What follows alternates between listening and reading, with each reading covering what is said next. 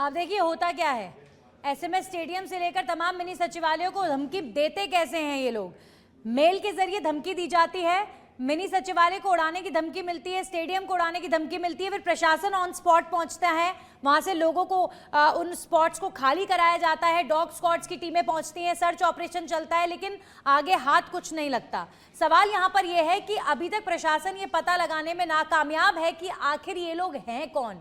ये लोग शरारती तत्व हैं या फिर किसी का मकसद है कि भटकाएं और फिर उसके बाद किसी घटना को कोई अंजाम देना चाहता है, या पाकिस्तान से ये साइबर सेल कनेक्टेड है। बहुत सारे सवाल हैं और प्रशासन से हम यही पूछना चाहेंगे कि आप लोग इन मामलों में हेल्पलेस क्यों साबित हो रहे हैं। प्रशासन तक इन लोगों की कोई इंफॉर्मेशन क्यों नहीं पहुंच पा रही है, क्या परेशानी है। हमारे साथ चर्चा करने के लिए एकलव्य सिंह जुड़े हैं पॉलिटिकल एक्सपर्ट के तौर पर, राजकुमार शर्मा जुड़े हैं बीजेपी के प्रवक्ता, और राजेंद्र त्यागी जुड़े हैं पूर्व पुलिस अधिकारी। सबसे पहले राजकुमार जी आपका ही मैं रुख करूंगी। देखिए, इन धमकियों को हल्के में तो नहीं लिया जा सकता। बैक टू बैक मेल्स इस तरीके के आना, और वो लोग जो मेल कर रहे हैं उन्हें इंटरनली पता है कि प्रशासन हम तक पहुंच तो पा नहीं रहा साहब, तो वो बैक टू बैक इस तरीके के मेल कर रहे हैं बिना कानून से डरे। क्या प्रशासन, हम ना माने कि इस तरह के मामलों में हेल्पलेस साबित हो रहा है, कुछ कर नहीं पा रहा? देखिए, आपने जो सवाल किया है मैं आपको बता दूं कि ये धमकी वाला जो मामला है, धमकियां आज से नहीं, धमकियां बहुत लंबे समय से और हर सरकारों को मिलती आई हैं। अशोक गहलोत जी की सरकार थी तो उनको जान से मारने की धमकी मिली, उनके टाइम पर कलेक्ट्रेट उड़ाने की धमकी मिली। ये धमकियां रेगुलर मिलती हैं। बात मुद्दे की सिर्फ इतनी सी है कि इन धमकियों के पीछे कौन लोग हैं। अभी वर्तमान में जो सफल ऑपरेशन सिंदूर माननीय नरेंद्र मोदी जी के नेतृत्व में हिंदुस्तान की सेना ने किया है, तो उससे भी जो हमारा दुश्मन देश है बौखलाया हुआ है, तो वहाँ से भी कुछ धमकियाँ मिलने की संभावना से इनकार नहीं किया जा सकता। धमकियाँ देने के लिए एक्चुअल में क्या है कि आजकल साइबर का युग आ गया। कोई भी व्यक्ति कहीं भी किसी भी देश से बैठ के धमकी दे देता है। साइबर युग में फिर उसके बाद पुलिस को पकड़ने के लिए उसके टावर से आईपी एड्रेस लिया जाता है, फिर पकड़ने की प्रक्रिया शुरू होती है। तो ये क्या है कि बहुत लंबा प्रोसेस हो जाता है। भजनलाल जी के नेतृत्व में पहले जो भरतपुर में कुछ जगह स्पेशल जगह थी, चोरगढ़ी, ऐसे कई गांव थे जहां ऐसे लोगों का अड्डा था, इन्होंने गढ़ बना रखा था। फिर वहाँ के आईजी राहुल जी के नेतृत्व में वहाँ उसको साफ किया गया और इसके लिए उनको पुरस्कार भी दिया गया।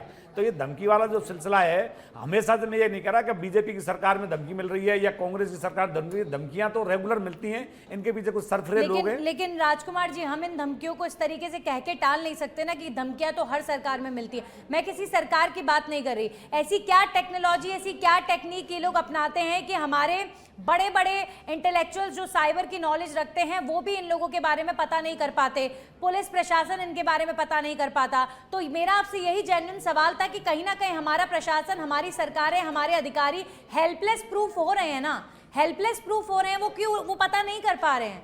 टेक्नोलॉजी के माध्यम से वो तो खुद को बचाने में कामयाब हो रहे हैं, लेकिन हम उन्हें नहीं पकड़ पा रहे हैं। ये हमारी तरफ से भी तो कहीं ना कहीं फेल्योर है। नंदिनी जी, जैसे कई बार धमकियों के मामले में जो पकड़े गए लोग तो पता लगा वो मानसिक रूप से रोगी था, ऐसे कई केस आए। और जैसे किसी ने दूसरे देश में बैठ के धमकी मेल भेज दिया आपको, तो आप तो ऐसा तो है नहीं कि हिंदुस्तान में कोई कानून का शासन नहीं है, कानून का शासन है। किसी दूसरे देश से अपराधी को लाने में भी समय लगता है।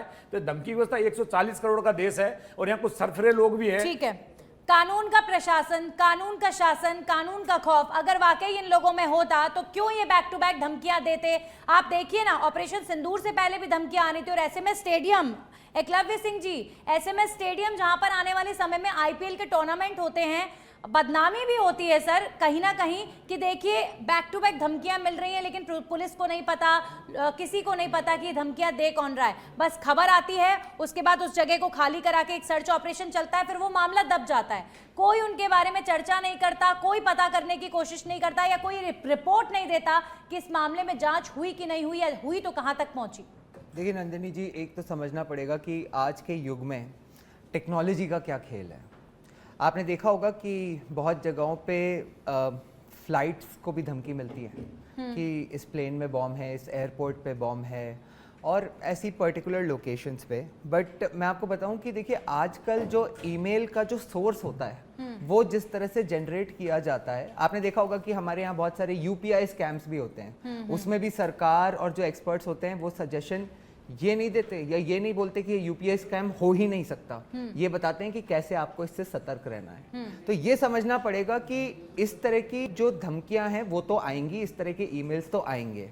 अब देखना ये है कि ये हम इसमें कहां तक पहुंच सकते हैं, इसकी जेन्युइनिटी में कहां तक पहुंच सकते हैं, और यदि अगर ये जेन्युइन है तो हम उसको कितनी जल्दी डायग्नोस करके और उसको एलिमिनेट कर सकते हैं। देखिए नंदिनी जी, अब ये धमकियां क्यों आ रही हैं, आपने दो बातें कही, एक तो ऑपरेशन सिंदूर जो चला और उसके अलावा मतलब जो पाकिस्तान से अभी कन्फ्रंटेशन हुआ, उसके अलावा मैं इसमें तीन चीजें और जोड़ देता हूं, एक अमेरिका, एक चाइना, और तीसरा आपको ध्यान होगा हमारे जो पूर्व सीडीएस थे जनरल बिपिन रावत, हाँ जी, स्वर्गीय जनरल बिपिन रावत, उन्होंने कहा था कि भारत की लड़ाई 3 फ्रंट से है, 2.5 फ्रंट्स वर्ड यूज किया था उन्होंने कहा था कि पाकिस्तान, चाइना और वो देश के गद्दार जो देश के अंदर बैठ के इन बाहर के लोगों को सपोर्ट करते हैं। देखिए नंदिनी जी, ये समझना पड़ेगा कि मकसद क्या है एकलव्य जी, यहाँ पर इम्पोर्टेंट ये है कि देखिए ये मेल्स जेन्युइन है या नहीं है। देखिए जेन्युइन तो ये हैं, जो शरारती तत्व हैं उनका पकड़ा जाना भी बड़ा जेन्युइन है, क्योंकि ऐसा खौफ ये लोग फैला रहे हैं। लेकिन ये सबसे बड़ी बात ये है यहाँ पर समझने की कि ये लोग कौन हैं, कहाँ से मैसेजेस भेज रहे हैं। पहले भी कई प्रकरण हुए, उनका कोई कंक्लूजन नहीं निकल पाया, अब भी हम बस चर्चा कर रहे हैं, कल इन केसेस का क्या होगा कुछ पता नहीं चल पाया। देखिए नंदिनी जी, ये बहुत कॉम्प्लेक्स है, मैं आपको बताता हूं, मैं इसी पे आ रहा था कि इसको क्यों समझना पड़ेगा। अभी जो भारत और पाकिस्तान का कन्फ्रंटेशन हुआ, आपको ये समझना पड़ेगा कि ये पहली बार ऐसा हुआ कि आप देखिए कि रशिया और यूक्रेन का युद्ध चल रहा है, आप देखिए कि इजराइल और पैलेस्टाइन का युद्ध चल रहा है, 3 साल से चल रहा है, लेकिन भारत ने पाकिस्तान को 3 दिन में उनके घुटनों पे लाके खड़ा कर दिया। भारत ने अपनी जो मिलिट्री सुप्रीमेसी है वो सिर्फ इंडो पाक कन्फ्रंटेशन में नहीं, पूरे वर्ल्ड में एस्टैब्लिश करी है, क्योंकि अमेरिका और चाइना पाकिस्तान को बैक कर रहे थे, उनकी टेक्नोलॉजी को वो यूज कर रहे थे। नंदिनी जी, एक छोटी सी बात, इस कृत्य से, इन मेल्स के माध्यम से मैं वही बता रहा था आपको, इंटरनेशनल लेवल पर कोई रैकेट चल रहा है तो ये क्या करना चाह रहे हैं, इनका मकसद क्या हो सकता है, ये हम राजेंद्र त्यागी जी से जरूर समझना चाहेंगे। फिर कांग्रेस के प्रवक्ता भी जुड़ गए, उनका रुख करूंगी। राजेंद्र जी, क्या क्या मकसद हो सकते हैं, ये सिर्फ शरारती तत्व हैं या फिर कोई बड़ा मकसद छिपा हो सकता है? देखिए मैडम, सबसे बड़ी बात तो अभी तक जो पुलिस जांच कर रही है, और उस जांच में जब आपको कोई ऐसा बम या कोई ऐसी असामाजिक तत्व या चीजें नहीं मिल रही हैं जिसको हम ये कह सकें कि भाई ये चीज यहाँ पुलिस ने बरामद की या कोई बम वहां मिला, ये सब धमकियां हैं, फेक है, तो ये तो माना ही जाएगा कि सब ये धमकियां हैं, सिर्फ डराने के लिए हैं, असामाजिकता का पूरा प्रतीक है ये। इसलिए मैं तो ये कहूंगा कि कोई बड़ी बात नहीं है कि इनको पकड़ा नहीं जाता, पर इनको बिल्कुल पकड़ा जाएगा। इनके ईमेल आईडी से, इनका यूपीआई और आईपी एड्रेस से इनको बिल्कुल पुलिस तुरंत पकड़ेगी। और रही बात, जब धमकी मिलती है तो उसका वेरिफिकेशन करना पुलिस और प्रशासन को बहुत जरूरी है। कोई भी घटना जिसकी भी इत्तला मिलती है उसका वेरिफिकेशन पुलिस और प्रशासन तुरंत करती है। बम स्क्वाड को बुलाया जाता है, डॉग स्क्वाड बुलाया जाता है, उसको खाली कराया जाता है, आसपास का कंबाइन कराया जाता है, और उसकी पूरी जांच करने के बाद ही पुलिस को क्लियर करती है कि भाई यहाँ ऐसा कोई धमकी या बम जो होने की सूचना है वो नहीं है जी। मेरा यही मानना है कि ऐसे लोगों को पुलिस पकड़ती है। मगर मैं आपको एक चीज बताना चाहता हूँ कि जब पुलिस ये जो इतनी अफवाह आती है और इससे पैनिक जो हो जाते हैं, मेरा मानना है कि इसको पैनिक नहीं हुआ जाए, और पुलिस को ये है कि जब इनको पकड़े। एक बात आपसे इंटरप्ट जरूर करना चाहूंगी कि पैनिक की सिचुएशन तो ऑटोमेटिकली क्रिएट हो जाती है। अब हम यहाँ बैठे हैं, ऑल ऑफ अ सडन कोई मेल आ जाए, बम से उड़ाने की धमकी आ जाए, तो मेंटली अपने आप में हर व्यक्ति खुद परेशान होगा। लेकिन आप सही कह रहे हैं कि मेल सारे फेक निकल रहे, टेंशन की बात नहीं है। लेकिन जितेंद्र जी, टेंशन की बात यहाँ पर यह है कि कहीं इन फेक मेल्स के आड़ में कोई जेन्युइन घटना ना घटित हो जाए, और इंटेलिजेंस को इसमें बहुत बड़ा रोल अख्तियार करना चाहिए। अभी बीजेपी के प्रवक्ता कह रहे थे कि किसी पर्टिकुलर सरकार में नहीं होता है, जब कांग्रेस की सरकार थी तब भी इस तरह की धमकियां मिला करती थी, अब बीजेपी की सरकार है, अब भी मिल रही हैं। सरकार का मैटर नहीं है, लेकिन आप इस पूरे प्रकरण को देखकर क्या कहेंगे? क्या आपको प्रशासनिक फेल्योर नजर आता है? नंदिनी जी, ये बिल्कुल सही कहा आपने कि ये प्रशासनिक फेलियर तो है ही। आप देखिए, एक तरफ भारत और पाकिस्तान का युद्ध चल रहा है, पूरे देश में एक अलग मैसेज है। आज जयपुर में जब इस तरीके की चीज़ें होती हैं, मेल्स आती हैं, अभी त्यागी साहब ने जिस तरीके से कहा कि भाई पैनिक नहीं लेना चाहिए, अभी एक माहौल ऐसा है कि जयपुर शहर का आम आवाम डरा हुआ है, सहमा हुआ है, और इस तरीके की जब चीज़ें होती हैं तो निश्चित रूप से प्रशासनिक फेलियर तो है ही है।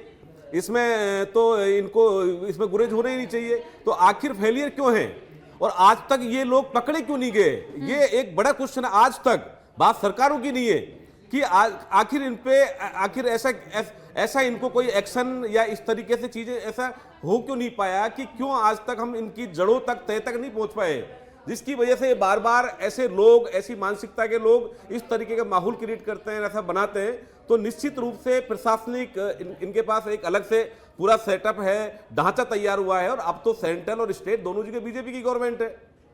तो लेकिन आपको कमांड तो करनी पड़ेगी ना। भाई हम बार बार कह रहे हैं कि सरकारें किसी की भी हों, ये प्रकरण तो लगातार बढ़ते जा रहे हैं, लेकिन क्यों प्रशासन विफल रहा?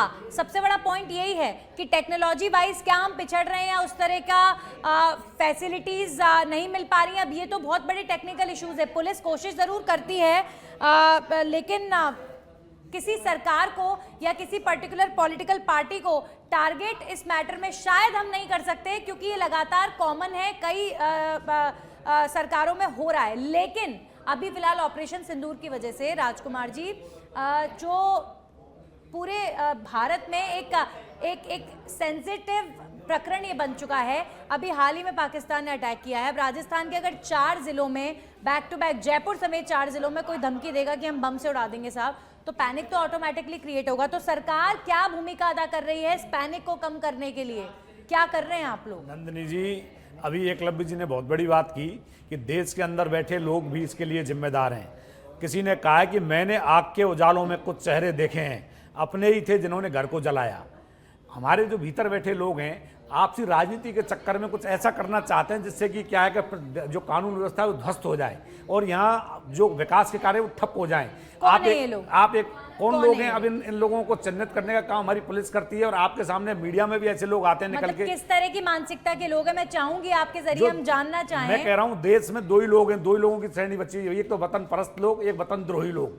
जो लोग यहाँ बैठकर खाते पीते हमारा है और दुश्मन देश की मदद करते हैं, ऐसे लोग इन धमकियों के पीछे इनका हाथ है। मैं तो सरकार को सुझाव भी देना चाहता हूं, हमारी सरकार हो, कोई भी सरकार हो, जो भी सिक्योरिटी का खर्चा लगता है, जो भी किसी मान लो कोई ने धमकी दी और सिक्योरिटी पे जितना भी खर्चा होता है 100 गुना ऐसे दोषी व्यक्ति से वसूल किया जाए, उसकी संपत्ति से वसूल किया जाए, तो इन पर कोई लगाम कसेगी। मैं आपको ये याद दिला दूं, अभी हमारे पत्रकार मित्र जितेंद्र जी नरूका साहब कह रहे थे कि प्रशासन का फेलियर है। आपको याद दिला दूं, 24 सितंबर 2019 को अशोक गहलोत जी को जान से मारने की धमकी मिली, IT एक्ट में मुकदमा दर्ज हुआ। आपकी सरकारें लगातार 1998 से 2003, 8 से 2013, 2018, 2023 तक रही। आपकी सरकार में करीब ऑन रिकॉर्ड एक सरकार का आंकड़ा दे रहा हूं, करीब 1400 ईमेल आए धमकियों के, बम तक फोड़े गए धमकियां देके।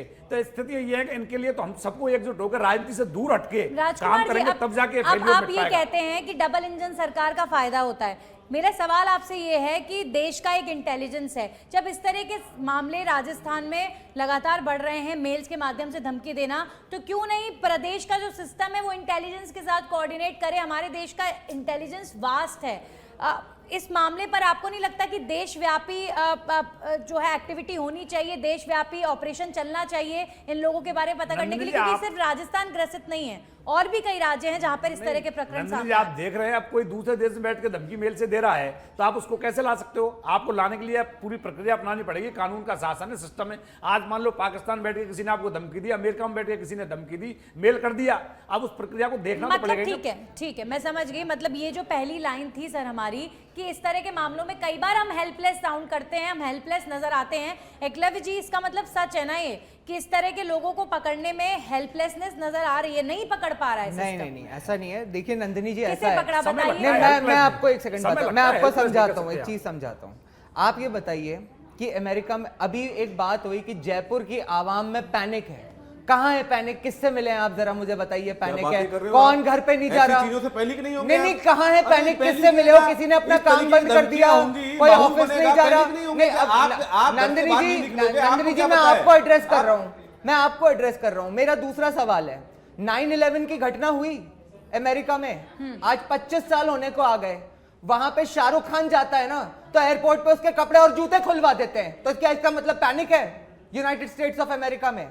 जब इस तरह मैं की जयपुर धमकियां, की बात एक मिनट कर रहा हूं साहब, सर। एक मिनट, मैं अपना लॉजिक आपका दे रहा आएगा नंबर हूं जितना। आपके ठीक है, लॉजिक ठीक है, कोई बात नहीं, नहीं, एक आप मिनट। अपनी बात पूरी कीजिए। देखो, क्लबी मैं जी, ये मैं कहना- आपसे, मेरा प्रश्न सिंपल सा है, मैं आपसे सिर्फ इतना पूछ रही हूं कि अगर कोई प्रकरण हुआ बीते कई सालों का, आप ले लीजिए, आप मुझे बता दीजिए ना कि कितनी गिरफ्तारियां इन रैकेट चलाने वालों की हो गई। आप कह रहे हैं सिर्फ विदेशों से, क्या प्रूफ है कि विदेशों से ही हो रहे हैं? क्या पता देश के अंदर बैठे लोग, आप खुद कह रहे हैं नहीं, देश आप के क्या कह रहे गद्दार हैं कि लोग, गिरफ्तारियां नहीं हुई हैं? आप बताइए ना मुझे, आप बताइए कौन सी गिरफ्तारी? पूरा रेकॉर्ड आप- साफ किया है। राजस्थान के अंदर बीते कुछ दिनों में, मैं 1.5 सालों का जिक्र अगर करूं, तो जो प्रकरण सामने आए हैं बीते कुछ महीने में, कोई सुराग, कोई भी प्रूफ लगा हो, कोई भी प्रूफ लगने की सार्वजनिक स्टेटमेंट दिया गया हो, तो आप बता दीजिए मुझे। देखिए, जो मेरे ख्याल से पहले कुछ धमकियां दी गई थी, उसमें कुछ लोगों को अरेस्ट किया गया था, और मेरे ख्याल से आपके यहीं पे हमने डिबेट किया था कि जेल में बैठ के भी धमकी दे रहे हैं, ठीक है? बिल्कुल। तो वो अरेस्ट हुए थे, तभी तो जेल के अंदर से धमकी दे रहे थे ना। अब मैं दूसरी बात पे आता हूं नंदिनी जी,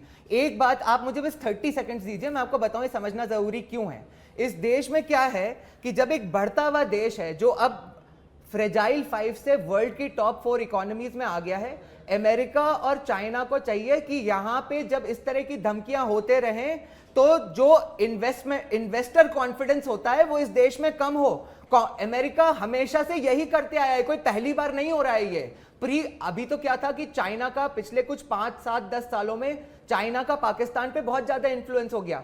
उससे पहले जब अमेरिकन डोमिनेंस था, तो यही करता था अमेरिका पाकिस्तान के साथ। इंडिया में कई ऑपरेशंस हुए हैं जिसमें यह भी पता चला है कि Solution सीआईए क्या ने है, मिलकर सर? पाकिस्तान के साथ। एकलव्य जी, आप कह रहे हैं कि जेल से धमकियां दी जाती थी। अरे जेल में, जेल के अंदर से कौन धमकी दे रहा है ये तक नहीं पता चल पाता कई प्रकरणों में, तो कि किस आरोपी के पास फोन है, किस आरोपी ने फोन घुमा दिया और धमकी दे दी, ये तक नहीं पकड़ा जाता कई बार। देखिए आप नंदिनी कह जी, रहे हैं, देखिए आप कह नंदिनी रहे हैं जी, कि अमेरिका चाइना देखिए करवा रहा नंदिनी जी, है। Solution क्या है? Ultimately it boils down to कि अगर कोई धमकी दे रहा है तो क्या वो असली में क्राइम में क्रियान्वित हो रहा है या नहीं हो रहा है? क्राइम को रोका जा रहा है या नहीं? घटना को रोका जा रहा है या नहीं? आप बताइए ना, 11 साल में कश्मीर को छोड़ के भारत के किसी भी हिस्से में कौन सी दुर्घटना हो गई? ठीक है, ठीक है, मैं आगे रुक कर लेती हूँ। अब मैं जानना चाहूँगी राजेंद्र त्यागी जी, आपके माध्यम से ही, सिर्फ ये कह देने से कि सिर्फ फोन्स ही तो आ रहे हैं, मेल्स ही तो आ रहे हैं, क्या हो गया? कहीं पर कोई घटना तो नहीं हो रही? ऐसे पल्ला तो नहीं झाड़ा जा सकता? कौन कर रहा है, क्यों हो रहा है, इसके पीछे क्या एजेंडा है, क्या भटकाने की कोशिश कर रहे हैं? अगर अमेरिका और चाइना से रैकेट्स चल रहे हैं, उसका सोल्यूशन क्या है? चर्चा तो करनी पड़ेगी ना सर, और कहीं ना कहीं सरकार को ये प्राथमिकता में लाना पड़ेगा ये मुद्दा भी। मैडम, मैं आपको निवेदन कर रहा हूँ, ये सरकार की प्राथमिकता तो है ही। तुरंत पुलिस प्रशासन इस पे अलर्ट हो जाता है और तुरंत पुलिस प्रशासन इस पे कार्रवाई भी कर रहा है। इसलिए मैं तो ये नहीं कह रहा कि कार्रवाई नहीं हो रही, कार्रवाई हो रही है। अभी इस कार्रवाई पे, जैसे आपने कहा, जेल से जितनी भी धमकियां मिली हैं वो सब मोबाइल से मिली हैं, और मोबाइल के हर अपराधी को पकड़ा है और उनके खिलाफ मुकदमे दर्ज हुए हैं। मगर ये वो लोग मोबाइल से करते हैं, मोबाइल से तो तुरंत पकड़ा जाता है, क्योंकि ईमेल से आ रहे हैं। ईमेल वर्ल्ड वाइड कहीं से भी आ सकता है, और पुलिस प्रशासन, साइबर एक्सपर्ट इसको भी पकड़ते हैं। मेरा ये मानना है कि सही बात आपकी है कि जो इनको ये धमकियां मिल रही हैं और इसके बाद जो ये पकड़े जाते हैं, उसका एक्सपोज कहीं नहीं होता और नहीं कहीं उनकी चर्चा होती कि भाई हमने इस चीज को पकड़ा या करा। तो मेरा तो पुलिस प्रशासन से ये है कि जब भी इनको पूरा इस रैकेट को खोले या इन धमकीबाजों का बारे में पूरी जानकारी मिले, आपको साइबर से, आपके आईटी से, तो इसका भी पूरा उनको, मैं मानता हूँ भारत के बाहर के बैठे हैं। एग्जांपल ले लेती हूँ सर, कि पाकिस्तान लगातार आतंकवाद फैलाने की कोशिश कर रहा था, तो देश की सरकार ने फाइनली ये डिसीजन लिया ना कि जब भी कोई हरकत करेंगे इनको मुंह तोड़ जवाब देना है, ताकि दोबारा से वो घटना रिपीट ना करें। नहीं, लेकिन और एक हर एक साथ में एक सुनिए डिसीजन और लिया, क्योंकि जिस दिन ये घटना हुई उन्होंने सुनिए बोला तो, कि 48 घंटे मेरे के अंदर सवाल यहाँ तो से पूरे सारे सुनिए। पाकिस्तानी अरे बाहर एकलव्य निकलो। जी, एक सेकंड सुनिए तो सही, मेरी बात सुनिए, एक सेकंड, मैं जो कहना चाह रही हूँ वो सुनिए। इलाज करने की कोशिश करी ना, कम से कम कोशिश करी, जिसका फायदा भी देश को जाहिर तौर पर मिलेगा। वो मुल्क डरा है, तो ऐसे ही कुछ लोग, चाहे उनको आप मेंटली कुछ भी करार दे दें या फिर आप उन्हें कुछ भी बोल लें, रैकेट चलाने वाले बोलें या फिर शरारती तत्व बोलें, इनका भी कुछ ना कुछ इलाज तो करना पड़ेगा। फाइनल कमेंट कांग्रेस के प्रवक्ता की तरफ से जितेंद्र जी, मैं चाहूंगी कि सरकारें किसी की भी हो, इनका इलाज तो ढूंढना पड़ेगा। नहीं, बिल्कुल आपने ठीक कहा कि निश्चित रूप से दोनों पार्टियों को मिलके यदि इस तरीके की इंटरनेशनल ईमेल्स वगैरह घटनाएं होती हैं उन पे तो पाबंदी, या जिस तरीके से भी इनको इंडिपेंडेंट फोर्सेज को या साइबर को जो भी इससे रिलेटेड चीजें होती हैं वो करना चाहिए। लेकिन अभी हमारे साथी राजकुमार जी ने कहा कि देश के अंदर बैठे हैं और चिन्हित वो लोग हैं, तो भाई स्टेट में सेंट्रल में आपकी गवर्नमेंट है, आप जानते हुए बैठे हो तो उनको पकड़ के लाओ और अंदर डालो, जैसे ऐसी घटनाओं की पुनरावृत्ति नहीं हो। तो आप जो टारगेट के, तो आपको मालूम भी है, आप कुछ कर भी नहीं पा रहे, तो इसमें सरकार का फेलियर है। आज देखिए जयपुर में रात की घटना में बता रहा हूं, हमारे कांग्रेस पार्टी के जनरल सेक्रेटरी हैं, उनके घर के अंदर नेपाली परिवार कुछ रहते थे और उनको इस तरीके को इंजेक्शन देकर वो चले गए। ऐसी ना जाने कितनी सारी घटनाएं, मुख्यमंत्री जी, डिप्टी सीएम, उनको जेल के अंदर से धमकियां आ रही हैं, बार बार आई है। तो सरकार का फेलियर तो है ही। सरकार इस बात को, सरकार मैम कोई चोरी चकारी की घटना को आतंकवाद से कंपेयर करना, वहां तो डोनाल्ड ट्रंप के कान पे गोली मार दी, तो इसका क्या मतलब? America insecure? आपके मुख्यमंत्री, आप मुझे बताइए, बीजेपी का प्रवक्ता हो या राजनीतिक विश्लेषक हो, आप पहले ये तय कीजिए। अशोक गहलोत जी को धमकी मिली, उसके बारे में क्या कहेंगे आप? सरकार वही मैं बोलने वाली थी कि ये आपकी सरकार में नहीं होता था क्या? बार घटनाओं की पुनरावृत्ति होना, धमकियां, एक भी घटना नहीं हुई। अरे भाई कितने बार? आप पहले ये तय कर लीजिए, आप जवाब कौन देगा? एकलव्य जी, आप बीजेपी के प्रवक्ता हो या राजकुमार जी है? नहीं, मैं सिर्फ आपके झूठ को काउंटर कर रहा हूं। कौन सी घटना हुई 10 साल में? घटना 3 बार आपका मुख्यमंत्री सहमा हुआ, डरा हुआ है। अरे आपका खुद का मुख्यमंत्री, आप मुझे समझ नहीं डरा भाई क्या? एक सेकंड, आपके मुख्यमंत्री पूछिए जितेंद्र जी, एक सेकंड, ये बोलना मुख्यमंत्री सहमा हुआ है, कौन सी घटना हुई? डिप्टी सीएम की हालत क्या है? डिरेल हो रहा है, मैटर डिरेल हो रहा है। एक सेकंड, आपके डिप्टी सीएम जवाब ले लेते हैं। Final comment Rajkumar Sharma ji. Matter Daryl नहीं करना सर, हमें उसी मैटर पे रहना है। मैटर ये है, ये इंटरनेशनल रैकेट है, ये मेल्स कहां से आ रहे हैं, देश के अंदर से हो रहा है, क्यों प्रशासन नहीं पकड़ पा रहा? अब इसका जवाब तो राजकुमार जी देंगे कि क्या प्लानिंग है सरकार की या केंद्र सरकार की, बीजेपी सरकारों की, इन लोगों को पकड़ने के लिए क्या सोचते हैं? देखिए प्लानिंग के रूप में मैं पहले बता दूं कि भजनलाल जी की सरकार जब आई तो उससे पहले भरतपुर में आपको पता होगा कि बहुत ज्यादा ये टटलूबाजी का काम और ये धमकी देने का काम और पैसे हटने का काम चलता था। पूरे राहुल जो वहाँ राहुल प्रकाश जी थे आईजी साहब, उनके नेतृत्व में भजनलाल जी ने उनको फ्री हैंड किया और उन्होंने पूरे रैकेट को वहां से साफ किया और उसमें उनको साइबर क्राइम में उसकी सफाई का जो काम किया उन्होंने, उसको उनके लिए राष्ट्रपति से अवार्ड भी मिला। तो पहला काम उन्होंने ये किया। दूसरा काम, हर जिले में साइबर थाने खोले गए। आज जो हमारा इंफ्रास्ट्रक्चर उसको मजबूत किया जा रहा है।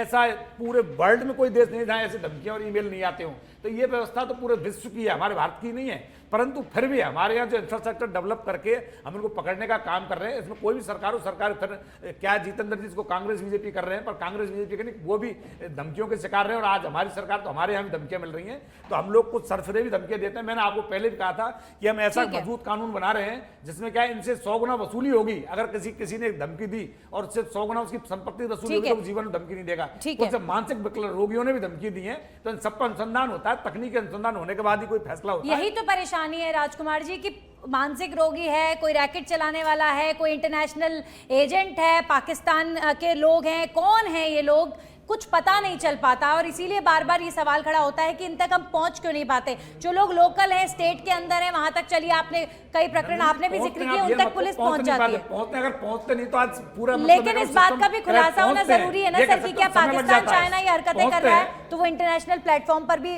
फिर आवाज उठानी चाहिए भारत को। खैर, आप सब जुड़े, बहुत बहुत शुक्रिया हमारे साथ जुड़ने के लिए। बार बार हम भी यही कहेंगे कि पैनिक होने का कोई विषय नहीं है, क्योंकि कहीं पर अगर कोई मेल आता है तो तुरंत प्रभाव से प्रशासन की टीम वहां पहुंचती है, डॉग स्क्वाड की टीम वहां पहुंचती है, वहां पर सारा सर्च ऑपरेशन चलता है। तो प्रशासन साथ है हमारे, सब चीजें देख रहा है, पैनिक की कोई बात नहीं। इसी के साथ ही बोल बेधड़क में इतना ही। नमस्कार।